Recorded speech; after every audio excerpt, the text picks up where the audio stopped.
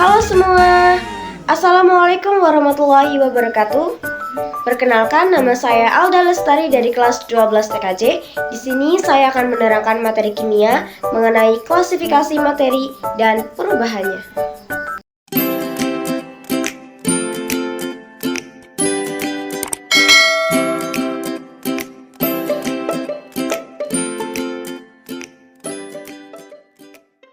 Assalamualaikum. Berjumpa lagi dengan JJ Science. Bagaimana kabarnya hari ini? Semoga kalian di rumah dalam keadaan sehat walafiat. Anak-anak, berbicara tentang air, tahukah kamu tersusun atas zat apa ya air itu? Lalu, jika kita mencampurkan air dengan minyak atau dengan garam, setelah diaduk kok bisa berbeda begini ya tampilannya? Oke, untuk menjawabnya pada video kali ini kita akan belajar tentang klasifikasi materi dan perubahannya. Dengan 3 subpoin penting yang akan kita pelajari yaitu klasifikasi materi, perbedaan sifat unsur senyawa dan campuran, dan yang ketiga perbedaan larutan asam basa dan garam. Wah, seru sekali sepertinya ya. Oke, sebelumnya bagi kalian yang belum tekan tombol subscribe seperti biasa silahkan tekan dan aktifkan notifikasi loncengnya agar kalian update video pembelajaran terbaru lainnya. Let's go! Oke, kita mulai dari poin pertama yaitu klasifikasi materi. Klasifikasi artinya pengelompokan. Materi adalah sesuatu yang mempunyai massa dan dapat menempati sebuah ruang. Materi dapat dikelompokkan berdasarkan komposisinya. Ada 2, yaitu zat tunggal dan campuran. Pada zat tunggal ada unsur dan senyawa. Lalu materi dikelompokkan berdasarkan wujudnya ada 3, yaitu zat padat, zat cair, dan zat gas. Nah, sekarang kita akan bahas dulu tentang perbedaan zat padat, zat cair, dan zat gas. Dapat kalian lihat pada tabel berikut. Yang pertama, kita amati bentuk dan volume. Zat padat kita ambil contoh misalnya sebuah pensil. Nah, ini pensil ya. Pensil memiliki bentuk dan volume yang tetap. Berbeda halnya dengan zat cair. Bentuknya berubah, menyesuaikan wadahnya, dan volume tetap. Ya, dapat kita lihat pada gelas kecil ini berisi air 200 ml. Ketika air dalam gelas kecil ini dipindahkan ke dalam mangkok, maka bentuk akan menyesuaikan wadahnya, melebar. Walau demikian, volumenya tetap 200 ml. Oke, gitu ya. Sedangkan zat gas, bentuknya memenuhi ruangan. Misalnya ketika ada seseorang yang kentut, maka baunya akan memenuhi ruangan dan volumenya berubah-ubah. Mengapa demikian? Tentu banyak faktor yang mempengaruhinya. Oke, jarak partikel zat padat itu rapat dengan susunan partikel teratur. Oleh karena itu, gaya tarik antar partikel pun sangat kuat, makanya cenderung tetap. Sedangkan zat cair jarak partikelnya renggang dengan susunan partikel tidak teratur sehingga gaya tarik antar partikelnya kurang kuat dan dapat bergerak dengan bebas namun terbatas. Makanya zat cair bisa berubah-ubah menyesuaikan wadah atau sesekali juga bisa menguap gitu ya. Adapun zat gas, jarak partikelnya sangat jauh. Susunan partikel tidak teratur sehingga gaya tarik antar partikelnya lemah dan bergerak bebas. Sekarang coba tebak ya untuk menguji pemahaman kalian, perhatikan sifat-sifat zat berikut. Pernyataan pertama mempunyai bentuk dan volume tetap. 2. Jarak antar partikelnya sangat jauh. 3. Partikel-partikelnya dapat bergerak bebas. 4. Gaya tarik antar partikelnya sangat kuat. 5. Susunan partikelnya tidak teratur. Oke, sifat-sifat besi dapat ditunjukkan oleh nomor besi. Ingat, besi, berarti besi itu zat padat. Zat padat berarti iya, jawabannya adalah yang B, 1 dan 4. Bentuk dan volumenya tetap. Gaya tarik antar partikelnya sangat kuat. Sekarang kita lanjut bagian 2 tentang unsur senyawa dan campuran. Unsur adalah zat yang tidak dapat diuraikan lagi menjadi zat yang lebih sederhana melalui reaksi kimia biasa. Bagian terkecil dari unsur adalah atom. Oke, atom ya, bagian terkecilnya. Kalau misalnya bagian terkecil dari makhluk hidup itu kan sel. Nah, kalau pada materi itu adalah atom. Para ahli kimia menggunakan lambang untuk menunjukkan perbedaan antara unsur kimia yang satu dengan yang lainnya. Contohnya, aluminium memiliki lambang Al, A-nya besar, L-nya kecil. Kalsium, Ca, C-nya besar, A-nya kecil, oksigen O, dan masih banyak unsur-unsur lainnya. Sebagai perkenalan, biar kalian tahu, ini adalah tabel periodik unsur. Banyak sekali unsur di alam ini.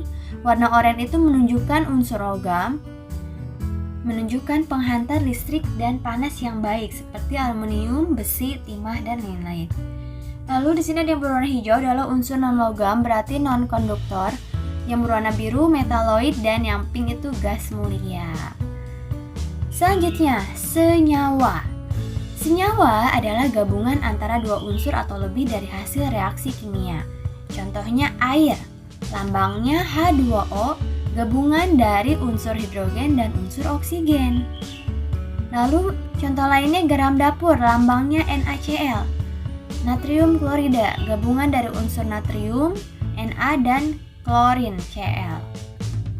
Senyawa juga dapat diuraikan menjadi unsur. Misalnya tadi air molekulnya H2O. Ketika menguap, maka akan terurai menjadi unsur hidrogen dan oksigen bebas yang ada di udara. Kalau campuran adalah suatu materi yang terdiri atas dua zat atau lebih unsur dan senyawa yang masih mempunyai sifat zat asalnya. Misalnya, campuran sirup dengan air maka rasanya masih air sirup itu sendiri, bukan yang lain. Beda dengan tadi senyawa, gitu ya. Jadi atom, unsur, senyawa, campuran, gitu ya, urutan dari tingkatan lebih kompleks suatu zatnya itu. Campuran meliputi campuran homogen dan heterogen. Homogen meliputi larutan asam, basa, dan garam. Kalau heterogen meliputi suspensi dan koloid. Apa ya bedanya antara homogen dan heterogen? Oke, campuran homogen adalah campuran yang tidak terlihat atau tidak dapat dibedakan zat-zat yang tercampur di dalamnya. Contoh campuran homogen misalnya larutan gula dan air. Ketika dicampurkan maka akan menyatu. Larutan sabun pencuci baju atau deterjen dan air, nah itu ya, menyatu ya. Sedangkan campuran heterogen adalah campuran dua zat atau lebih yang masih terlihat sehingga tidak menyatu secara sempurna dan masih dikenali zat penyusunnya. Dibedakan menjadi dua. Yang pertama ada suspensi, yaitu campuran zat atau senyawa yang terlihat keruh dan tidak stabil. Jika dibiarkan akan mengendap. Contohnya apa? Iya, kopi dan air. Setelah didiamkan, kopi akan mengendap di bagian bawah gelas. Campuran heterogen kedua yaitu koloid adalah zat yang tidak bisa bercampur rata dan jika dibiarkan tidak juga mengendap. Contohnya keju, sampo, tinta gitu ya. Nggak tercampur secara merata. Masih ada zat asalnya, cuman kalau dibiarkan juga nggak terjadi endapan gitu ya. Oke, untuk mengecek pemahaman kalian, coba golongkan jenis zat berikut ini, manakah yang termasuk unsur senyawa dan campuran. Kalau kalian tahu, silahkan tulis saja di kolom komentar, agar kalian juga bisa men-share ke teman-teman yang lainnya. Next, bagian terakhir yaitu larutan asam basa dan garam. Larutan adalah campuran yang tidak dapat dibedakan zat penyusunnya. Larutan terdiri atas zat pelarut atau solvent, dan zat pelarut yaitu solut. Pelarut yang sering digunakan biasanya air, alkohol, dan kloroform. Larutan terbagi menjadi tiga, yaitu larutan asam, larutan basa, dan larutan garam. Apa pembeda dari ketiganya? Larutan asam, oke dari namanya juga sudah jelas ya. Asam berarti rasanya pun asam. Contohnya misalnya cuka ya. memiliki tekstur kesat, bersifat korosi. Korosi itu bisa menimbulkan karat. Mengubah kertas lakmus biru menjadi merah. Nah, ini kertas lakmus itu sebagai indikator penentu asam basa. Asam ujungnya M. Oh, berarti lakmus biru menjadi merah. Yang terakhir, menghasilkan ion H+ jika dilarutkan dalam air. Yang kedua, larutan basa. Misalnya kita ambil contoh deterjen ya. Rasanya itu pahit, teksturnya licin, bersifat kaustik atau merusak kulit. Mengubah kertas lakmus merah menjadi biru. Basa B. Oh, berarti merah jadi biru. Kalau lakmus biru tetap biru. Dan yang terakhir, menghasilkan ion OH- jika dilarutkan dalam air. Yang ketiga itu adalah larutan garam yang sifatnya itu netral ya. Rasanya bisa manis, asin, atau tidak berasa hambar. Tidak merubah kertas lakmus, jadi kalau lakmus biru tetap biru, lakmus merah ketika dicelupkan juga tetap merah. Tidak menghasilkan ion H+ dan OH-. Larutan garam yang biasa kita gunakan, yang sering digunakan itu adalah garam dapur, natrium klorida. Nah, di sini ada yang namanya derajat keasaman atau pH larutan. pH itu dari angka 1 sampai 14. pH netral ada di angka 7. Kurang dari 7 itu asam, lebih dari 7 itu basa. Semakin merah, maka larutan semakin asam. Semakin biru, semakin besar pH, maka larutan semakin basa. Untuk melihat derajat keasaman ini, kita bisa menggunakan kertas lakmus biru dan kertas lakmus merah sebagai indikator penentu asam basa dan netralnya suatu larutan dengan melihat hasil perubahannya. Oke, untuk menguji pemahaman kalian, coba tebak jawaban dari soal berikut ini. Berdasarkan data di atas, larutan yang bersifat asam adalah, kita lihat di sini ada kertas lakmus merah dan biru yang dimasukkan ke dalam larutan B, E, F, G sehingga terdapat hasil seperti ini. Ingat ya, kata kuncinya kalau misalnya larutan asam itu memerahkan lakmus. Yang merah tetap merah, lakmus biru menjadi merah. Oke, lihat di sini.